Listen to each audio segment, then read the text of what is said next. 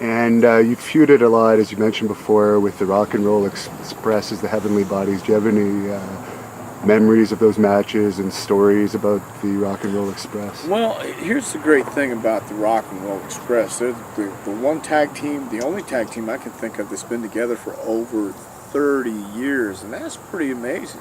That's a hell of a marriage, man, to go through life with, and especially in this business.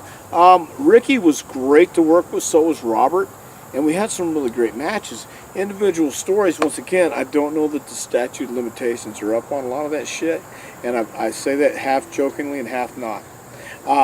We had a great time, but man, the thing about back then, and when you talk about rock and roll stars, and you talk about guys like Ricky and Robert, they were living the life of a rock and roll star. Everywhere they went, even in Smoky Mountain, I gotta say this, they had their run in WCW, but in East Tennessee, that's kind of a special place too.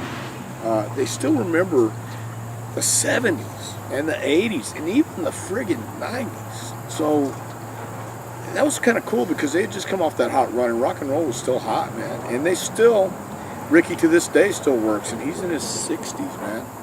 I don't know if that's sad or heroic. Maybe it's both. But I admire both of them, man. They were great workers, and they were always pros too.